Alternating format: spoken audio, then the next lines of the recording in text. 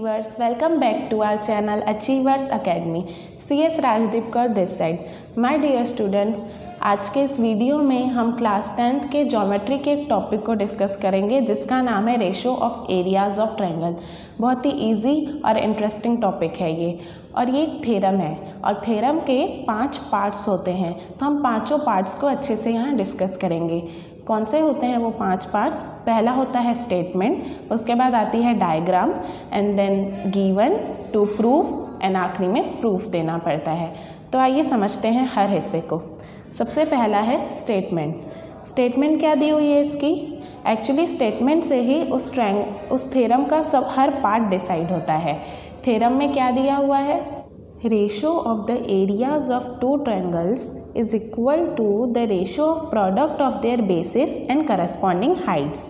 यहाँ रेशो की बात की है. उसके बाद इम्पॉर्टेंट है एरिया का फॉर्मूला, और यहाँ 2 ट्रायंगल्स लिखा है, इससे ये समझ आ रहा है कि 2 ट्रायंगल इन्वॉल्व हैं. उसके बाद हमें लेना है product of their bases and corresponding height. तो ये जो स्टेटमेंट दी हुई है इसका मतलब ये है कि 2 ट्रायंगल की एरियाज़ का रेशो इक्वल होता है उनके बेसिस और हाइट्स के प्रोडक्ट से. ठीक है, तो आइए समझते हैं कैसे करना है. हमारे पास यहाँ 2 ट्रायंगल हैं, एक है ABC, दूसरा है PQR. अब इसमें बेस क्या है और हाइट क्या है ये देखते हैं. सबसे पहले तो हम गिवन लिख लेंगे. गिवन में हमारे पास क्या है? हमारे पास 2 ट्रायंगल्स हैं और दोनों ट्रायंगल में बेस और हाइट दिया हुआ है. तो इन ट्रायंगल ABC इस ट्रायंगल में ये बेस है और हाइट कौन सी होती है? जो लाइन दूसरी लाइन पे परपेंडिकुलर होती है उसे कहा जाता है हाइट. तो यहाँ AD इस पर परपेंडिकुलर है. परपेंडिकुलर यानी जो 90 डिग्री का एंगल बनाए. तो AD जो है वो BC पर परपेंडिकुलर है, इसलिए AD उसकी हाइट कहलाएगी. तो ट्रायंगल ABC में बेस क्या है? BC, और हाइट क्या है?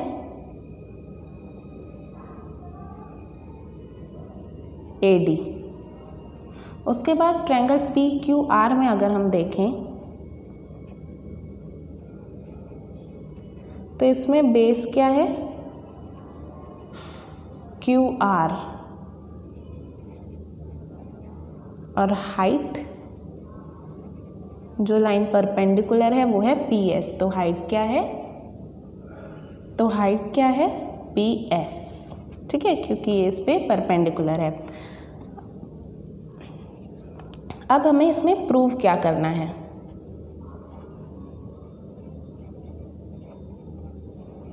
तो हमें प्रूव ये करना है कि जो ratio of areas of 2 triangle होता है, यानी इन दोनों ट्रायंगल की एरिया का ratio, area of triangle ABC और उसके साथ रेशो लेना है एरिया ऑफ ट्रायंगल PQR. इन दोनों का जो रेशो है वो इक्वल होता है. किसके इक्वल होता है? रेशो ऑफ, यानी अगेन एक रेशो है. प्रोडक्ट ऑफ यानी मल्टीप्लिकेशन की बात हो रही है. किसका multiplication? Basis and corresponding height. इनके बेस और हाइट से का जो प्रोडक्ट है उससे ये इक्वल है. तो BC इसका बेस है और हाइट है AD, और PQR में बेस है QR और हाइट है PS. तो ये हमें प्रूव करना है. प्रूफ शुरू करने से पहले मैं आपको ये बता दूं कि एरिया ऑफ ट्रायंगल का फॉर्मूला क्या होता है. एरिया ऑफ ट्रायंगल का फॉर्मूला होता है half into base into height. Okay, base क्या होता है आपको पता है, और हाइट क्या होता है वो भी आपको पता है. तो आइए लिखते हैं. एरिया ऑफ ट्रायंगल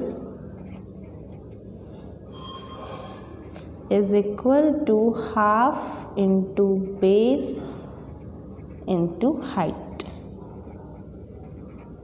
ओके, अब यहाँ पर ये जो हमने फॉर्मूला लिखा है, इसी फॉर्मूला को यूज़ करके हम दोनों ट्रायंगल की एरिया निकालेंगे. Area of triangle ABC.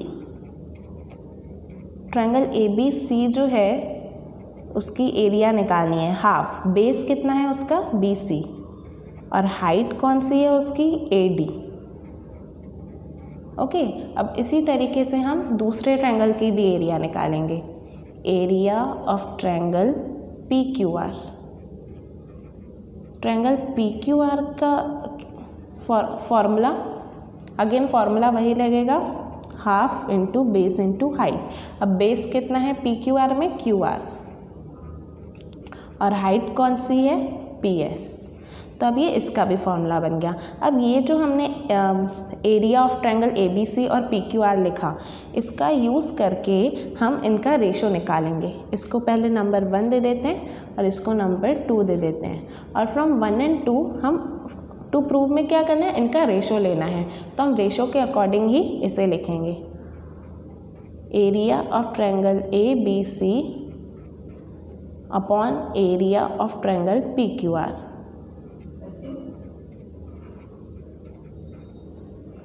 Area of triangle A B C half into B C into A D from 1, और area of triangle P Q R क्या है? Half into Q R into P S. अब यहाँ पे इसको हम लिखेंगे from 1 and 2, क्योंकि हमने 1 और 2 से ये वैल्यूज़ ली हैं। अब यहाँ पे हाफ हाफ तो कैंसिल हो जाएगा, तो बचा क्या? B C into A D, तो हम वो लिख लेंगे। Therefore area of triangle A B C upon area of triangle P Q are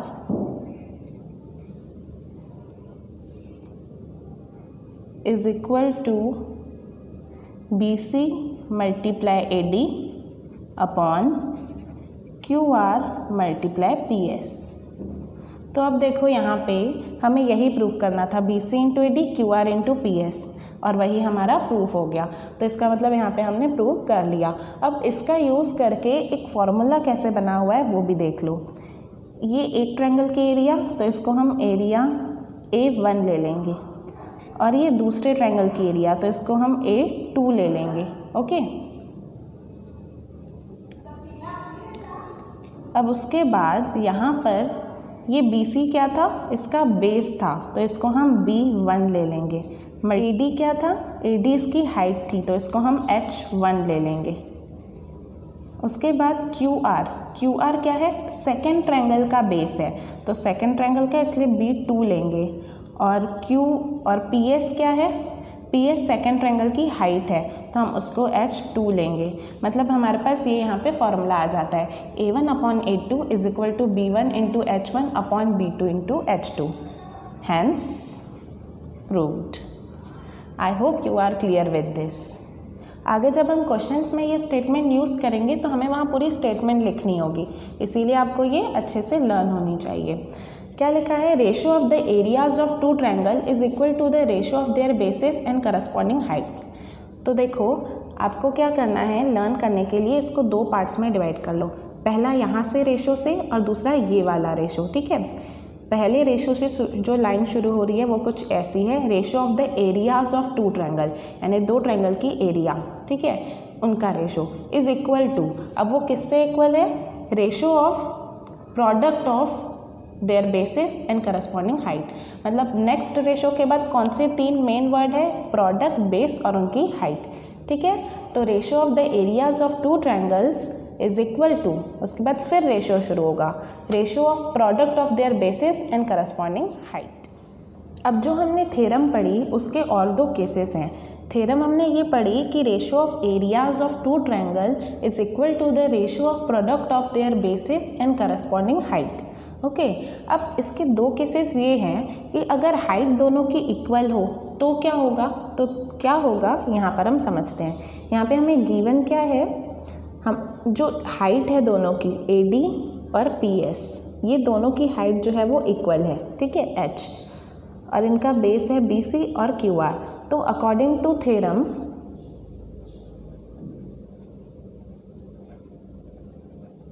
हमने क्या सीखा है कि ratio of areas of triangle, ठीक है, एरिया 1 एंड एरिया 2 इक्वल होती है H1 into B1 upon H2 into B2। उसके अकॉर्डिंग अगर हम इनको रखें तो क्या होगा, एरिया 1 यानी area of triangle ABC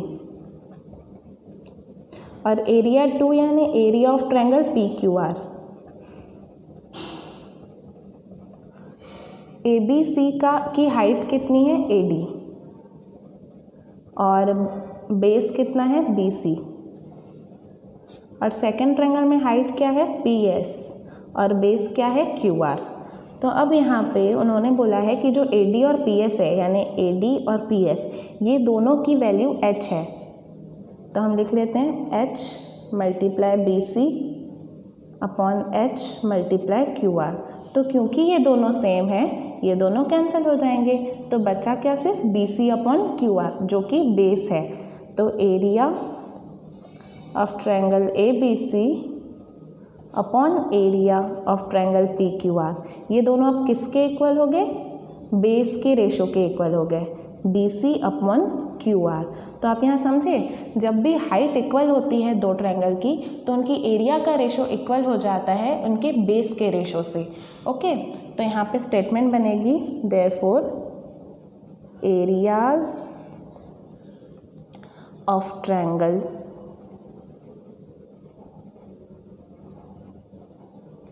with equal height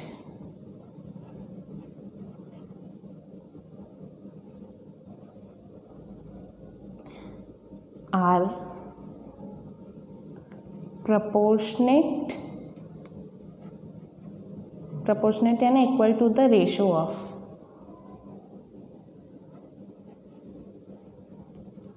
to their corresponding basis.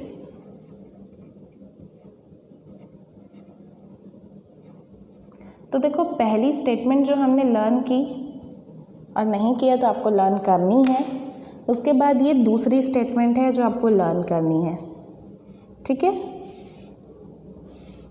Case 2 में क्या है, केस 2 में इक्वल बेसिस दिए हुए हैं। तो अगर इक्वल बेसिस हैं मतलब कि ये जो BC और QR है ये इक्वल है, BC is equal to QR और दोनों की वैल्यू है B।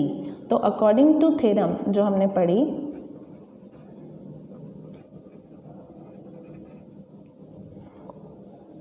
Area 1 upon area 2 is equal to H1 multiply B1 upon H2 multiply B2 और इनकी एरिया हम लिखें अगर तो area of triangle ABC upon area of triangle PQR और ABC की हाइट कितनी है AD और उसका बेस कितना है BC और PQR की हाइट कितनी है PS और उसका बेस क्या है QR। अब यहाँ पर जो ABC ये तो वैसे के वैसे हम लिख लेंगे,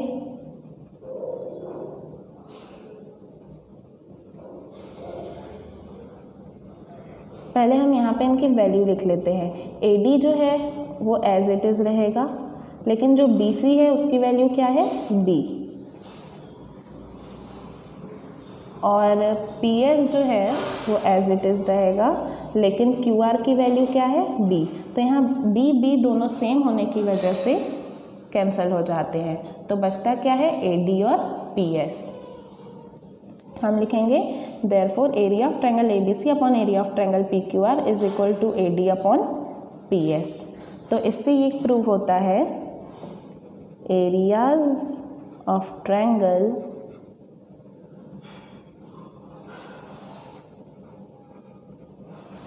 with equal bases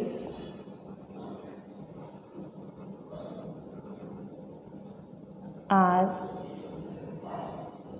proportionate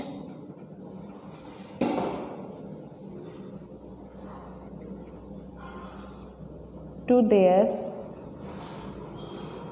corresponding heights। तो यहाँ पे हमने क्या सीखा केस 2 में कि अगर बेस इक्वल है तो areas of triangle with equal basis जो हैं वो किसके इक्वल होती हैं, उनकी करस्पॉन्डिंग हाइट की। अब शॉर्ट में अगर हम पूरी बातें रिवाइज करें तो हमने यहाँ 3 बातें सीखी। सबसे पहले ये सीखा कि जो एरिया होती है उसका रेशो इक्वल होता है बेस और हाइट के प्रोडक्ट से, के रेशो से। ठीक है, A1/A2 is equal to B1 into H1/B2 into H2। ये और इसकी स्टेटमेंट क्या है, ratio of the areas of two triangle is equal to ratio of product of their bases and corresponding heights. दूसरा फॉर्मूला, दूसरे फॉर्मूला में condition क्या है कि हाइट इक्वल रहेगी। दोनों ट्रायंगल की अगर हाइट इक्वल दी हुई है तो क्या होगा, एरिया का जो रेशो है वो बेस के इक्वल हो जाएगा। ठीक है, तो ये याद रखना है, A1/A2 is equal to B1/B2। Equal bases दिए हुए हैं तो क्या होगा, A1/A2 is equal to H1/H2। तो आइए समझते हैं इस पूरे कंसेप्ट की समरी क्या है। इस कंसेप्ट की समरी 3 पॉइंट्स में कवर होती है। सबसे पहली जो इसकी थ्योरम है वो ये कहती है कि एरियाज़ का रेशो इक्वल होगा बेस और हाइट के प्रोडक्ट के रेशो से। मतलब A1/A2 is equal to B1 into H1/B2 into H2। उसके बाद बोला है कि अगर हाइट इक्वल है, दोनों ट्रायंगल की अगर हाइट इक्वल है तो एरिया का रेशो इक्वल हो जाएगा बेस के रेशो से, और दोनों ट्रायंगल के अगर बेस इक्वल है तो एरिया का रेशो इक्वल हो जाएगा हाइट के रेशो से। ये बहुत ही इंपॉर्टेंट है, ये आपको बहुत अच्छे से समझ के रखना है। ओके, सबसे पहले इसकी स्टेटमेंट क्या थी, ratio of the areas of two triangle is equal to the ratio of product of their bases and corresponding height. उसके बाद दिया हुआ था areas of triangle with equal height are proportionate to their corresponding bases, और last में दिया हुआ था areas of triangle with equal base are proportionate to their corresponding heights. Okay, thank you.